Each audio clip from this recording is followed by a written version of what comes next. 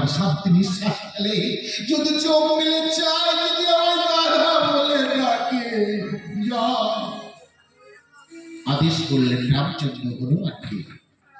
আর যত মানব মন্ডল ছিলেন সকলার চাইতে বুদ্ধিতে শক্তিতে শ্রেষ্ঠ সেই হনুমানজি কিনা সে হনুমানের বাখানি, সে হনুমান সেল ধরে করেন টানাটানি।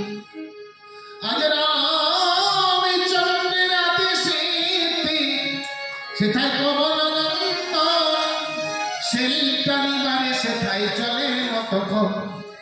সাহস করে হনুমান ছেলে নাহি দেয় টান, পাছে জড়ি টানলে বাহির ভয় লক্ষণের প্রাণ। হনুমান মনে মনে ভাবলেন, আমার কুল্লতা তো শক্তিশীল ভূপতিত রক্তাক্ত, আবার যদি আমি এই শিলটা জোর করে টান দিতে যাই, যদি একেবারে মারা যায়, না না না না, আমি কি করি? তাই হনুমান শিলটা জোরে টানতে সাহস করছে না, ধীরে ধীরে ধীরে টানাটানি করছেন।